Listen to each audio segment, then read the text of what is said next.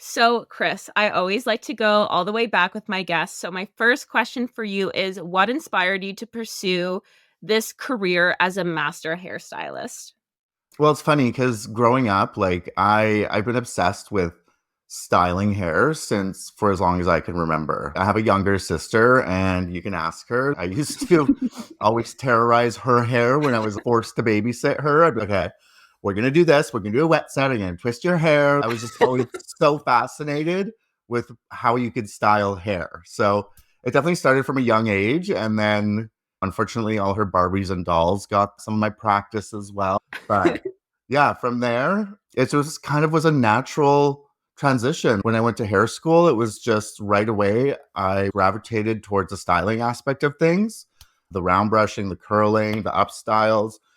I kind of preferred that to the cut and color. I've never been a huge fan of doing the cut and color. I'm very like instant gratification type of vibe. So yeah, that's kind of how I got into just styling. Has it turned into a complete 180 though with your younger sister? Now is she like, please put me on your schedule and do my hair? Yeah, she definitely appreciates it a lot more now than when we were kids. She's actually getting married this summer, which is very exciting because I'm always part of weddings, but they're never like one of my weddings in my family, right? So I keep joking with her. I'm like, this is my wedding too, like I get But to decide the actually, hairstyle. How many looks can we do in one day? oh my gosh. Well, next time I have a big event, I would happily be your doll and you can do five different looks with my hair in one Oh my day. That God. sounds like a dream. Yeah, I would love that. That'd be so fun. What was the in between though? So you knew from a young age, then it sounds like that you always had this passion and interest for styling.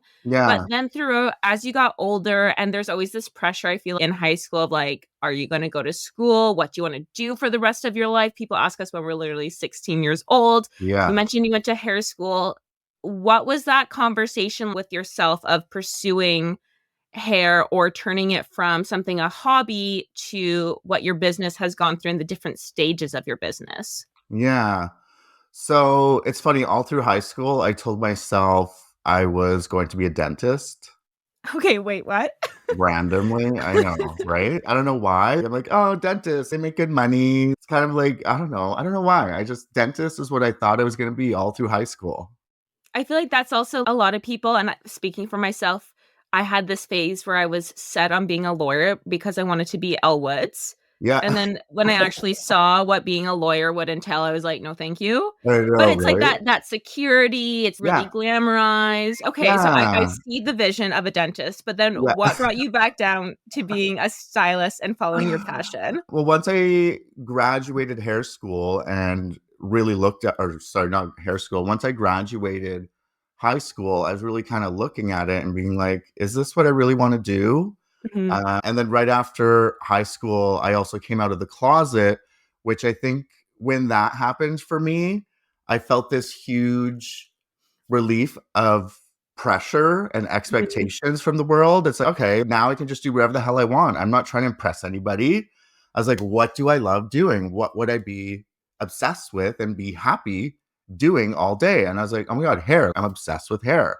Why don't I just go to hair school? I no longer have to worry about looking gay. It's like I am gay. I can have the gayest job in the world, which apparently is hairdressing sometimes. But yeah, kind of like coming out of the closet really pushed me to pursue something that I was passionate about, and that was hair. Well, good for you. And I hope that that whole experience, it sounds like in hindsight, it was this weight lifted off your shoulders, you said. But I Totally. hope that it was just this big celebration of, oh my God, we love Chris. And now he can be the full version of himself. And Yeah. obviously that pushed you into your career now. But Yeah. then when you started going into hair, because you started, I believe, with mobile services, right? Well, so after hair school, I started working at Blow, the blow dry bar here in Vancouver. Oh And God, tell me yeah, more. really fun. I was there for 4 years. Straight out of hair school, I knew right away that I was like, okay, styling's my thing. And this is a new place that's opening. I was like, this is right down my alley. And it was perfect. I loved it. I did well very quickly there. They would actually send me to train all the new staff for the new franchises. So I was traveling for them and teaching. And this was fresh out of hair school too. So that was a pretty amazing experience to be able to have that so quickly And to gain all that experience, like actually teaching, when in all honesty, I didn't really know initially how I was doing a good blow dry. I was just, oh, I love the round brush and the blow dryer. You just got to pull hard, and I don't know. It's just, yeah. Well, that's wonderful that you had that time. I think it goes across the board that no matter what you go into school for, there's always this period. I know I'm still experiencing it. I feel like, and Yeah. a lot of my listeners are of, okay, what's next? Yeah. You go, you get your diploma, degree, certification, and then now you're in the real world and you have to actually apply it. So the Yeah. fact that you had this stepping stone, I feel like was a blessing, and you got to share your talent with others, you got to develop your skills. And then what made you want to become an entrepreneur and branch off? For me, I always think that's such a courageous and inspirational thing. And I love hearing that tipping point for people of knowing that that was the path for them. Yeah. So for me, when it was time to leave Blow, I was kind of like, okay, like what could I do next? I could go rent a space, and pay rent every month and start a little blow dry place out of which I actually did for a little while out of Beauty Mark in Yaletown. But then it stopped making sense because my clients were like, well, why don't you just come to my house? I lived downtown, they lived downtown. I was like, well, yeah, that makes way more sense that I'm not paying rent anywhere. My overhead cost is so low. And I think that was about 4 years after Blow opened. And they were kind of like a new to market concept back then as well, like Mhm. when the blow dry bar fad was just starting. So I saw that there's definitely a need in the industry. It was growing and people loved getting their blowouts. And I was like, like, why not? So I just started going to people's house. Don't get me wrong, there's a lot of months over those first years where I'd call my mom and dad crying, being like, I can't afford rent this month. What do I do? It's not easy to jump out on your own. But having a little bit of family support is huge, right? Especially in Vancouver. It's so expensive here.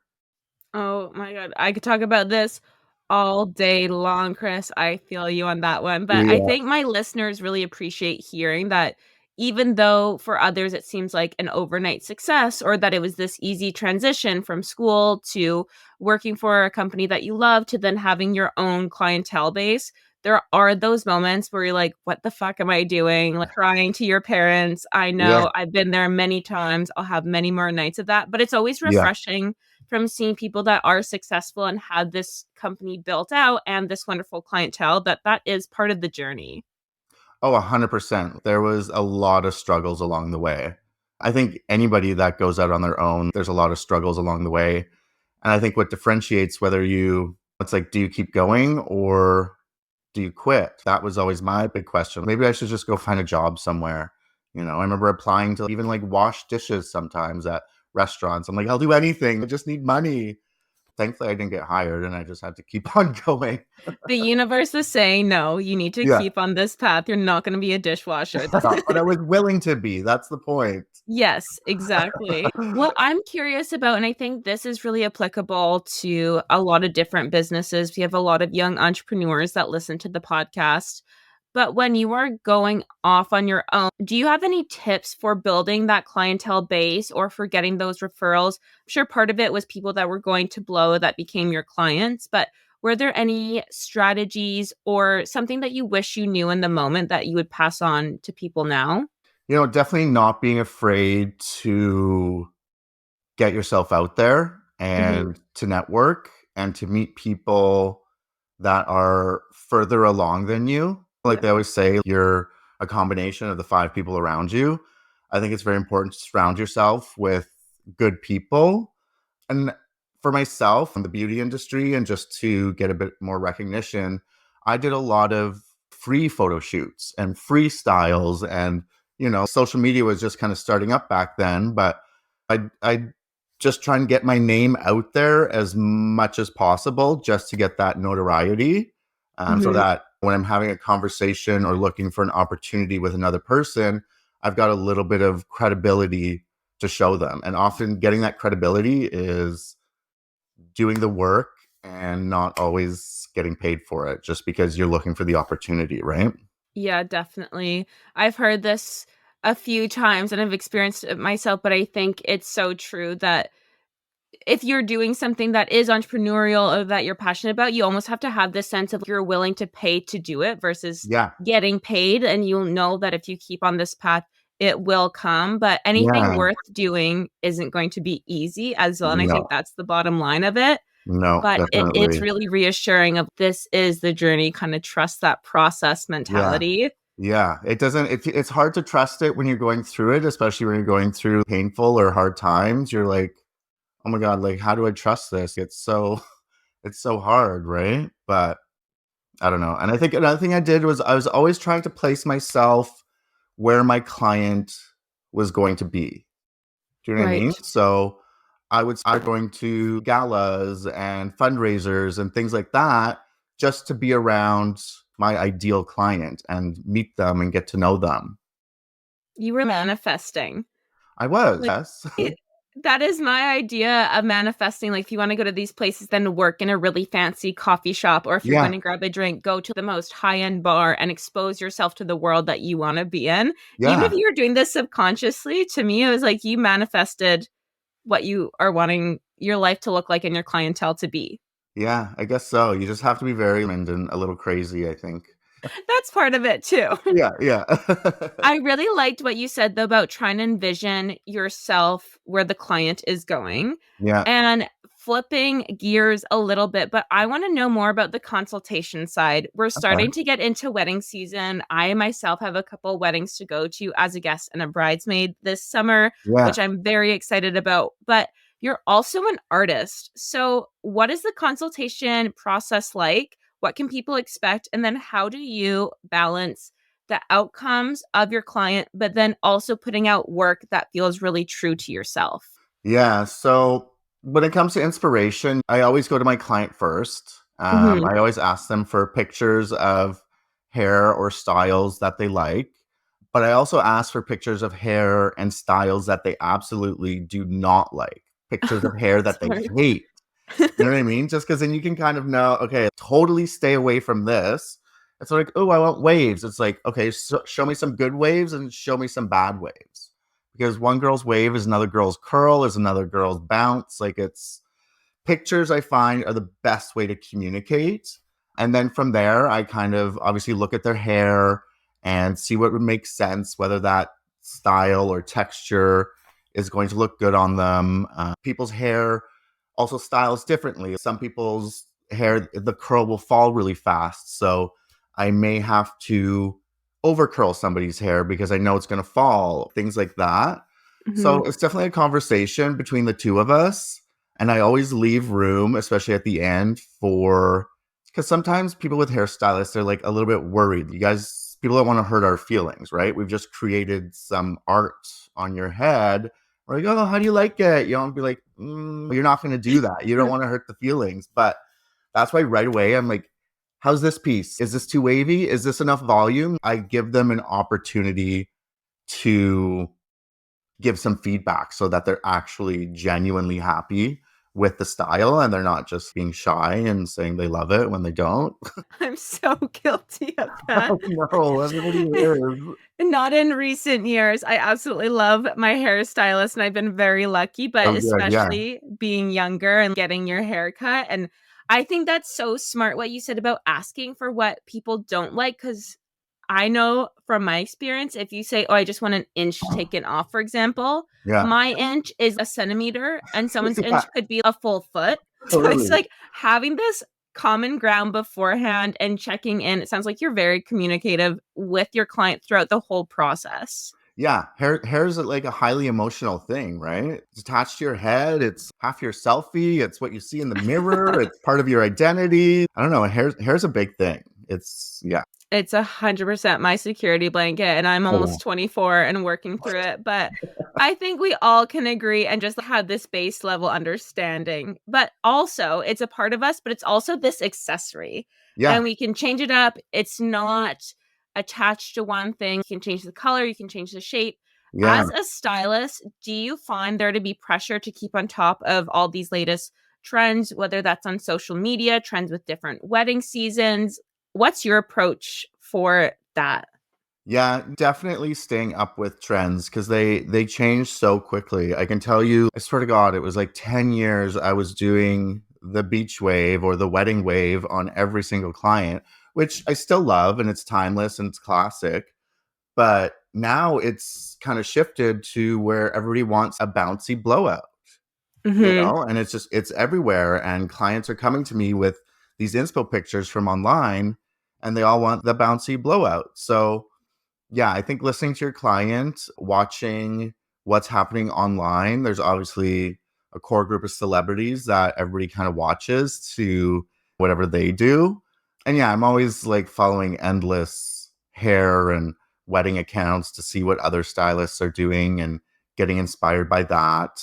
And also fashion. I love watching fashion shows and seeing what they do with their models on the runway. It's always a little bit more avant-garde and crazy, which is a lot of fun, but it kind of helps to inspire shape and texture for working with actual clients. I'm not going to give a client some crazy side mohawk for their wedding day, but maybe the sleekness of it will be something I'll be inspired by for their wedding bun. You can draw inspiration at least from an aspect that really excites you. Yeah. What are some trends? Just curious and kind of Mhm. want to stir the pot. What Yeah. is a trend that needs to be left in the past when it comes to hair? This could be for wedding, everyday styling, but something that you think just it needs to rest for a little bit. Or is there Oh anything? God. I'm like scared to say it, but I think it kind of has died down a bit, but it just depends on which demographic or geographical place you're in. But I'm not the hugest fan of the big chunky braid on the side of the head into an updo. It's just, there's a time and a place and it's still a cute look, but it's just, I don't know. When I think of a bride, I think timeless. Do you know what I Mhm. mean? Like, want to look at that picture of yourself in 10 years and be like, wow, I looked stunning. You won't be, oh, like, what did I do with my hair? Why is there this massive braid on the side of my head? Clearly, like, Katniss Everdeen was still very prevalent in your mind. Yeah. That was a Like, selfish question for me as I said I'm going to a few weddings and, like, what are some okay. of the don'ts I should be Uh, avoiding this yeah, year? yeah.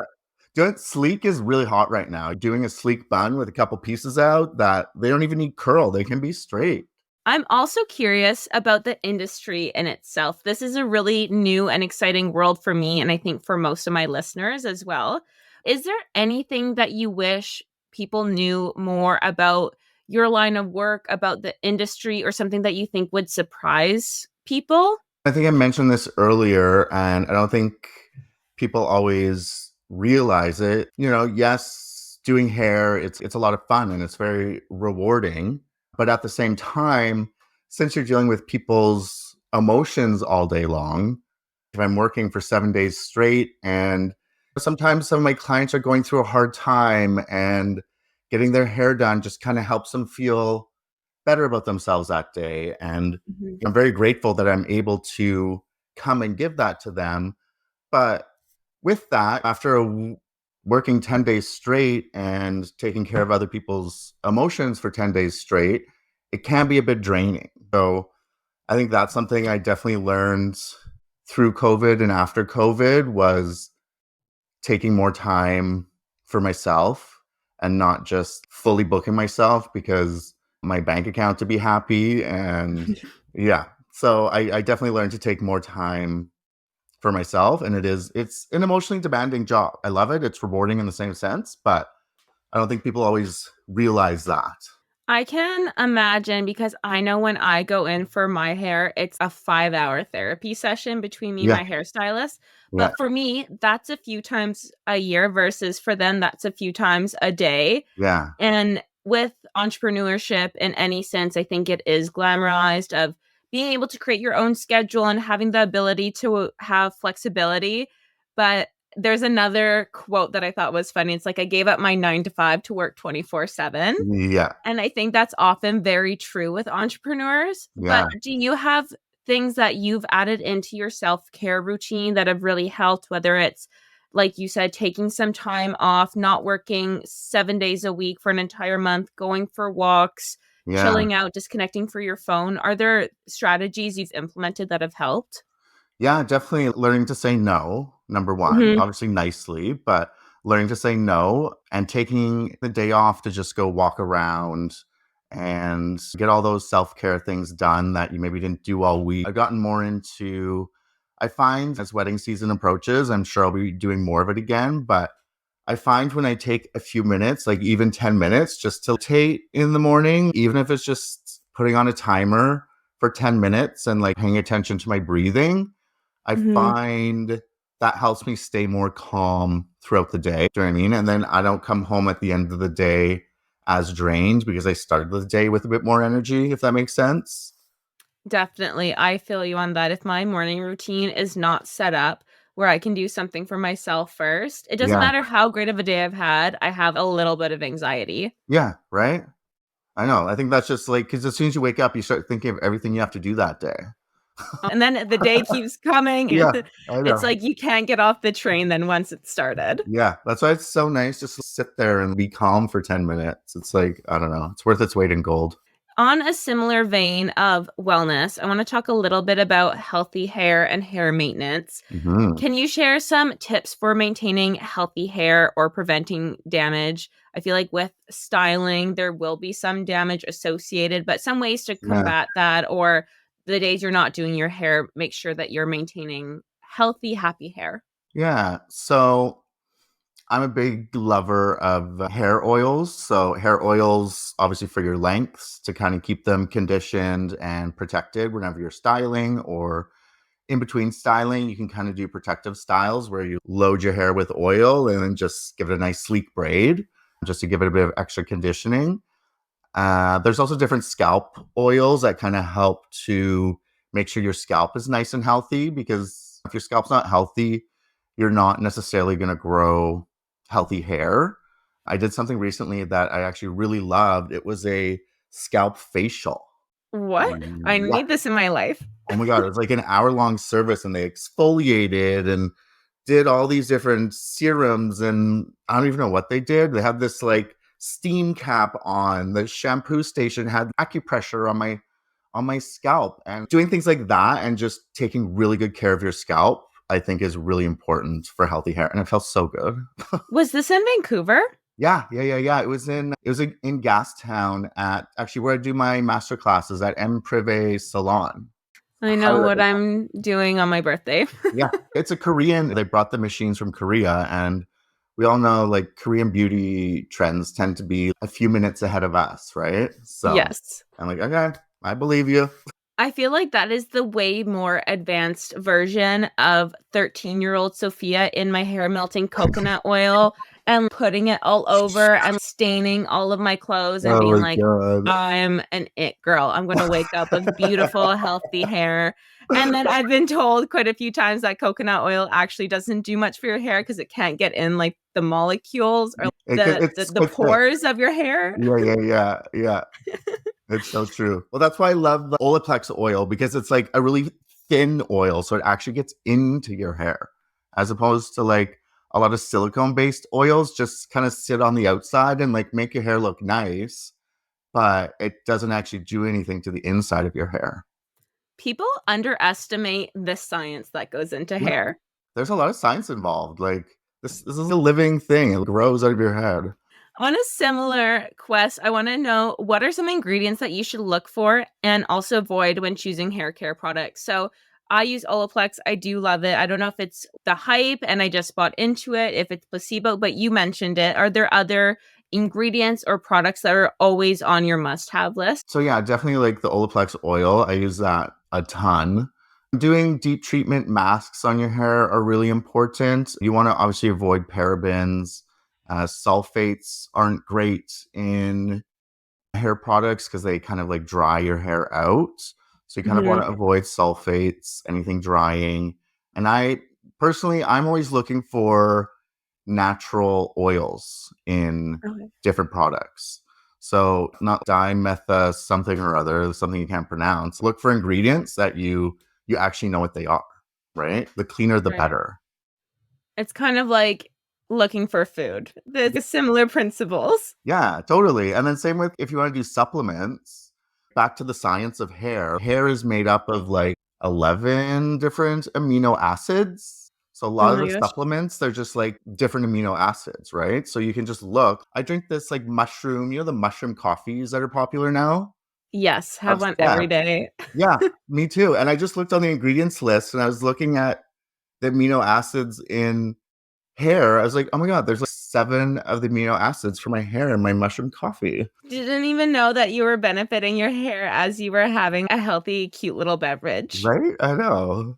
What are some other supplements? I know there's been trends of biotin, collagen, all of these things. I've taken them, have stopped, have noticed a difference. I don't know if it was those supplements themselves or if it was Yeah. just me wanting to believe it. But Yeah. what's your take on supplements in general for improving your hair?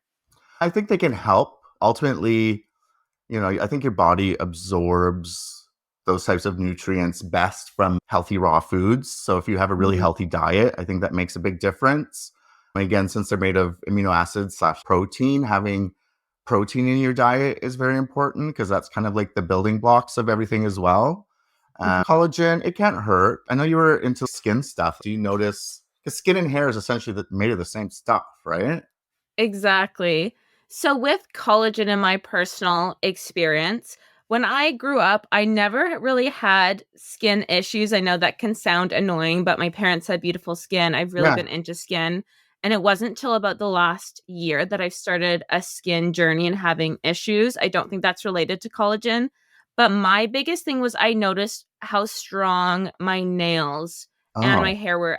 I'm blonde, yeah, but obviously everyone these days has a little help staying of blonde, course. and my hair would really stay healthy. I think since I was maybe 13, I haven't had an instance where my hair was just dead. And I do Yeah. think that collagen, and there was a while that I was taking way too many biotin gummies. I kind of just Okay. thought they were gummies. Me and my Yeah. roommate's first year, bad sitch. I've been off Yeah. those for a while. But I do think it has overall helped the whole hair, skin, and nails Yeah. aspect. Yeah. I think any supplements that are good for your hair, for your skin and your nails are just automatically going to be great for your hair, right? So collagen, biotin, amino acids, healthy diet. I think those are the most important things. And do you have, I always like to know the brands. So we mentioned Olaplex, but what other brands do you look for that you really support, either their products or the mission behind the brand, that if someone had no idea where to start for anything when it comes to hair, what Yeah. are some recommendations? So when it comes for actual products, there's a few of the big guys that I do really love. Orbe, which is a really Hmm. great line. There's Kevin Murphy, which is also an awesome line. But then there's also some smaller companies like Amika Hair, which is great. They have great packaging too, which is always just a bonus. But their products are actually really nice as well. So Amika. For hairsprays, I also really Kenra. Oh, I'll I have was to saying look it I up. was saying Kendra for the longest time, but I realized there's no D in it. I'm like, whoops. So that's a really great line as well. I know there's so many brands out there, and yet there's a lot of great products. Like Color Wow, that's another one that I really love. I don't know if you know That's Chris Chris Appleton. Appleton's. Yeah, yeah, yeah. Well, Yes. he's like the creative director or something of that company. But those are great products as well. So it's hard. It's like how many hairsprays and how many oils can you really have? So I kind of jump from line to line just to keep. I don't want to smell the same hairspray every day. You know what I mean? For myself. So I bounce around. Oh, I feel you on the hairspray thing. This might be really niche, but I've had a lot of people reach out that say that they were also dancers growing up. Yeah. But the second I smell a Pantene hairspray, I'm immediately have a half glued eyelash on and fighting with my mom and about to go on stage in 5 minutes. My Dance God. competition Yeah. immediately. Oh my God. Yeah. Yeah. Pantene was very popular for the for the dancing girls, which is it's a very drying hairspray, I find. Oh, you're telling me. But like you said, there are a lot of great brands out there. And Yeah. on one hand, we're so lucky now that we have all these things to choose from with Yeah. different price ranges and different missions. Some of them are really ethical and clean beauty that's having a huge moment. Some of Yeah. them have different missions behind them. So it's nice also just having a few of people really have no idea where to start. They're just starting to get into their hair, or maybe I know a lot of my audience, we're just getting our first big girl or big boy jobs and now have a bigger budget to splurge Yeah. on ourselves. And it's nice having a starting point of where to go from there. Oh, totally. And then same when it comes to hot tools, it's a bit endless out on the Hmm. market as well, right? And every product and every tool claims to be the best one ever. So it's kind of hard. It can be hard to kind of navigate that. When it comes to hot tools, I've recently, well, honestly, since hair school, I've been obsessed with GHD flat irons. But now I'm onto their curling irons and blow dryers, which I'm like now also obsessed with. So GHD is a great line for hot tools. Okay, I'm going to be looking that up because the Yeah. only thing that I know of is the Dyson. I do not have one myself. They're very pricey, but whenever I see someone with beautiful hair, a lot of times they say it's the Dyson. Do you have a hot take on the Dyson? Okay. So Dyson, you're talking about the air wrap, probably, Yes. right? Yeah. Yes. So the air wrap can be really great. I find the only issue, if you have really thick, curly hair, you may be there all day. Do you know what I Right. mean? Like, Hmm. it's good for fine to medium densities hair, wavy-ish. But if you've got a crazy thick ponytail and you're trying to smooth it out and give yourself a bouncy curl, I don't know if the Dyson's really going to work for you unless you take like tiny sections and do your whole entire head that way. Right. And as a professional, I don't know if I should really say this, but I went through 3 Dyson blow dryers in 1 year. I kept breaking them because of the amount that I use my blow Right. dryer. And they were great. They kept sending me new ones. But after a year, my warranty was up. And I was like, okay, I'm not going to keep spending $700 on a blow dryer when I went through 3 in 1 year. And my $99 blow dryers lasted me 5 years.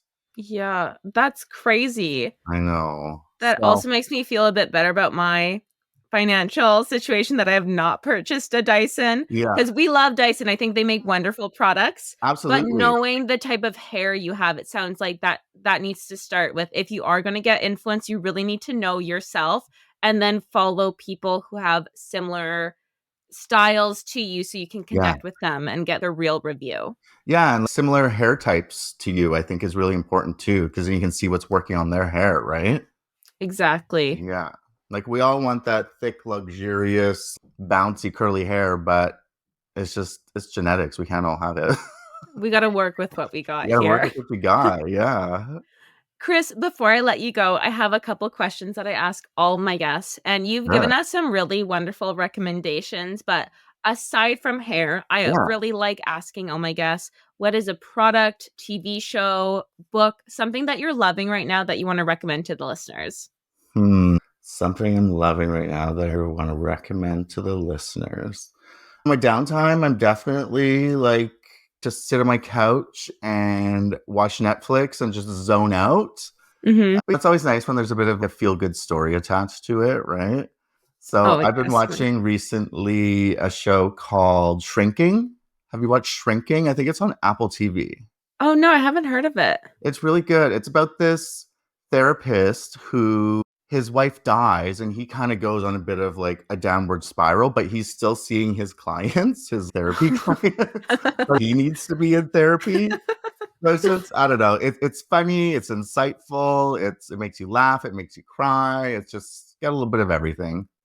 Okay, I'm adding that to my list. Yeah, yeah. It's a good one. And then my last question is, where can everyone find you? I'll have all of your socials linked in the show notes below so people can just easily click. But what is your Instagram, website, all the things? Yeah. Okay. So Instagram, I'm at Chris Funk Hair. And then my website is chrisfunk.ca. And I'm also starting a new Instagram that's going to be a little bit more focused on education. So that's education for professionals, people that want to learn more about styling hair. And that's going to be just at Chris Funk Academy.